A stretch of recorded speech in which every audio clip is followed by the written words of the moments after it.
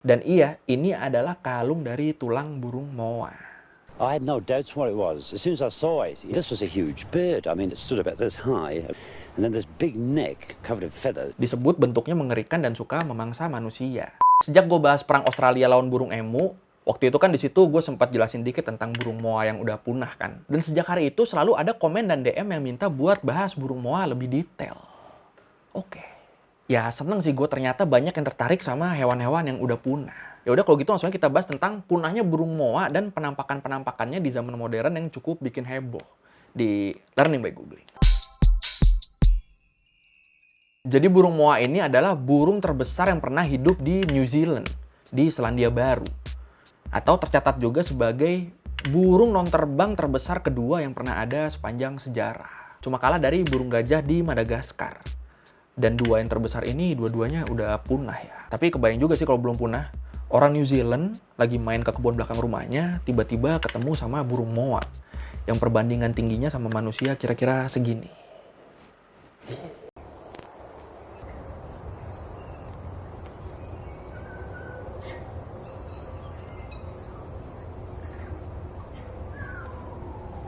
Biar lebih kebayang bentuk dan gedenya segimana, kita perjelas lagi. Jadi tinggi burung moa itu bisa sampai 3,5 meter.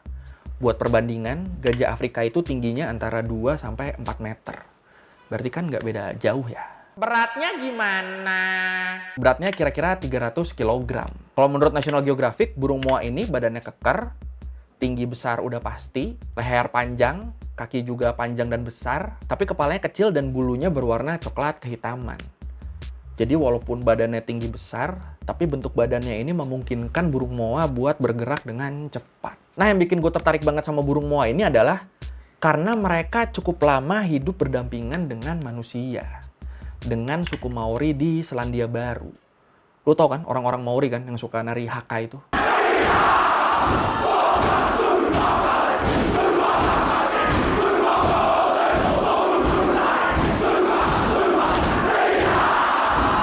Jadi suku Maori ini diperkirakan awalnya adalah orang-orang Polinesia. Mereka mendarat di Selandia Baru antara tahun 1320 sampai tahun 1350 dari pulau-pulau yang berada di wilayah Polinesia. Apa tuh Polinesia?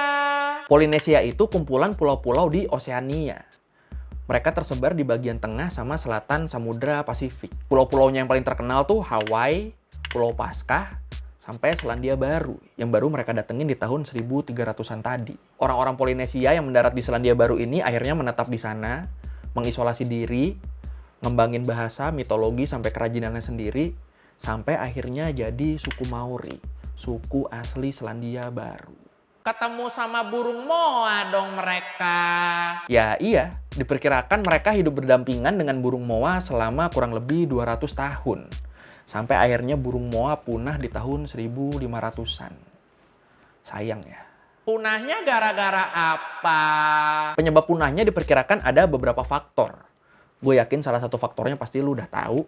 Tapi kita bahas faktor-faktor lainnya dulu. Sebelum yang satu yang udah pasti ini, yang lu udah tahu ini. Yang pertama, masih menurut National Geographic, dari fosil kotoran burung moa yang diteliti, dari situ ketahuan kalau ternyata burung moa ini adalah hewan yang memakan hampir segala jenis tanaman. Dimakan terus sampai habis. Sampai akhirnya burung moa ini kehabisan makanan dan mengalami bencana kelaparan.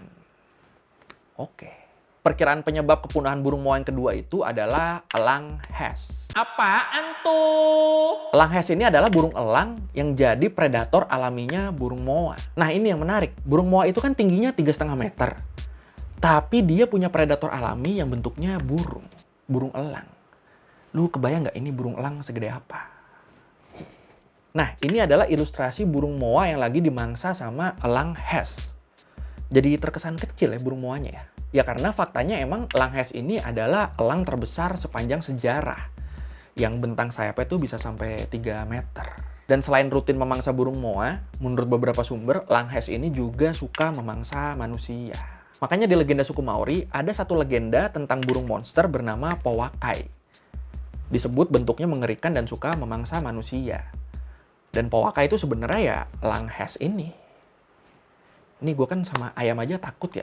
Gimana ketemu burung segede-gede gini ya? Mati gue. This raptor was known to the Maori residents as Poakai.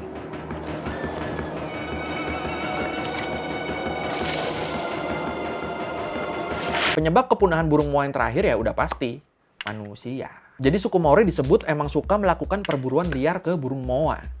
Nggak cuma dagingnya, telurnya pun mereka makan. Terus bagian-bagian tubuh yang nggak bisa dimakan dijadiin mumi atau souvenir sama mereka. Contohnya kayak ini. Ini adalah mumi kepala burung moa yang ditemukan di gua di dekat kota Cromwell pada abad ke-19. Terus ada juga ini. Kalau ini adalah mumi kaki burung moa yang ditemukan di gua di Gunung Owen, Selandia Baru. Atau satu lagi deh, ini. Jadi kayak kalung gitu ya. Dan iya, ini adalah kalung dari tulang burung moa. Dan akhirnya burung moa pun punah di tahun 1500-an. Dan di periode itu juga Langhes ikut punah, karena mangsa mereka udah nggak ada kan. Ada. Akhirnya 3 kemungkinan penyebab kepunahan ini sempat jadi perdebatan di antara para peneliti. Kehabisan makanan, dimangsa Langhes, sama diburu manusia. Mana nih yang sebenarnya jadi penyebab terbesar? Akhirnya menurut satu jurnal yang dimuat di Science Magazine, menurut penelitian terakhir, manusia adalah faktor terbesar penyebab kepunahan massal burung moa. Udah ketebak sih ya. Morten Alentov, ahli biologi dari University of Copenhagen juga bilang, ada banyak tumpukan daging di antara tulang-tulang burung moa. Jika burung moa diburu tanpa memperhatikan umurnya, tentu saja mereka akan punah. Dan ini yang terjadi. Beberapa ahli juga bilang kalau kepunahan hewan-hewan besar zaman dulu itu, kayak mamut, mastodon, sampai burung moa ini semua saling berhubungan. Dihubungkan oleh penyebaran manusia sejak zaman es. Ini kan berarti sejak 12.000 tahun yang lalu udah kelihatan bakat merusak alamnya ya. Hebat, hebat.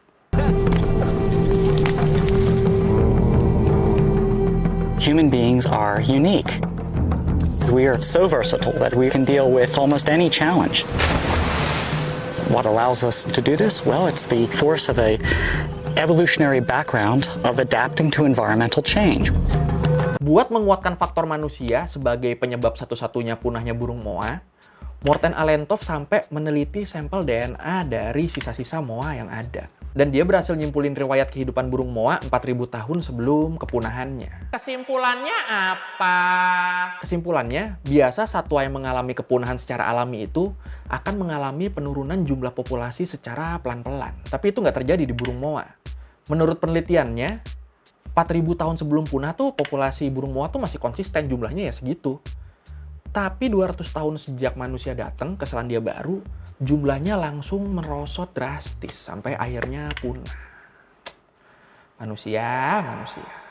Gimana kalau menurut lu setuju sama penelitian yang bilang kalau manusia adalah penyebab satu-satunya dari kepunahan moa?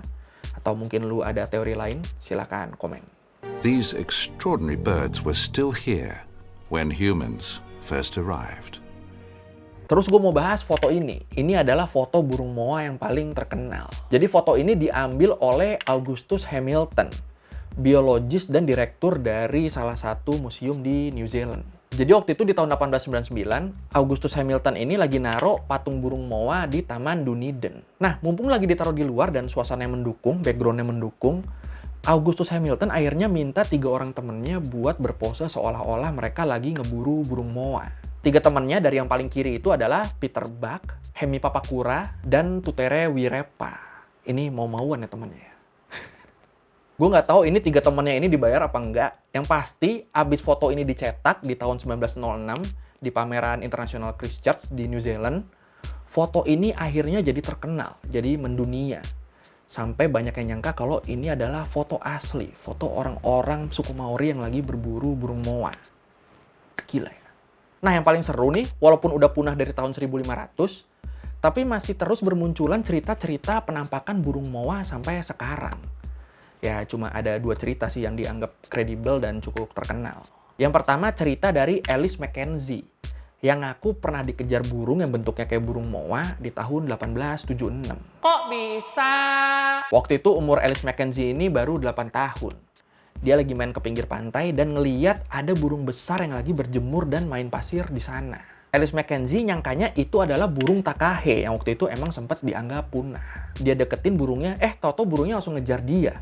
Langsung kabur dia, langsung lari ke rumahnya, lari tanpa ngeliat belakang. Dan dia langsung lapor ke bokapnya. Pas dicek sama bokapnya, emang ada jejak kaki burung gede yang ngejar Alice McKenzie sampai berhenti di satu titik. Kalau gue pengalaman buruk sih ini sih. Nah, abis itu sampai dia tumbuh dewasa, Alice McKenzie tuh nyangkanya dia dikejar burung takahe tadi. Karena warnanya biru, sesuai dengan cerita orang-orang. Emang dia nggak tahu bentuk burung takahe? Waktu itu emang jarang yang tahu, karena burung takahe ini sempat dianggap punah. Jadi orang cuma tahu dari deskripsinya aja. Burung warna biru dan nggak bisa terbang. Sampai akhirnya burung takahe ini ditemukan kembali di tahun 1948. Dan pas Alice McKenzie ngelihat burung takahe yang ditemukan kembali itu, yang warnanya emang warna biru, tapi bentuknya kecil, tingginya cuma 65 cm, dia pun langsung sadar kalau yang ngejar dia waktu kecil itu bukan burung takahe. Karena yang ngejar dia waktu itu ukurannya gede banget. Akhirnya jadi muncul teori kalau yang ngejar Alice McKenzie waktu itu adalah burung moa. Gimana kalau menurut lo? Nah, kalau cerita yang satunya ini sampai disertai bukti foto. Ntar gue kasih lihat fotonya. Gimana ceritanya? Jadi di tahun 1993, Paddy Freeney, seorang pemilik hotel dan pendaki gunung terkenal, ngaku dia sempat ngeliat burung moa di Taman Nasional Arthur's Pass. Dan dia ngasih bukti berupa foto blur ini. Ya, silakan sambil diamati nih fotonya. Sebenarnya otoritas setempat nanggepin foto ini biasa aja. Tapi sama media-media di sana, foto ini di blow up banget. Jadi hype akhirnya penampakan ini. Sampai tahun 1993 tuh dijuluki sebagai tahunnya Moa Mania di Selandia Baru. Akhirnya banyak orang yang ikut menganalisa foto ini, dan kebanyakan dari mereka nyangkal. Bilang foto ini palsu, sampai dibilang kalau ini sebenarnya rusa kecil warna merah. Ya, banyaklah penyangkalannya. Nah, banyaknya penyangkalan-penyangkalan ini bikin Paddy Freeney marah.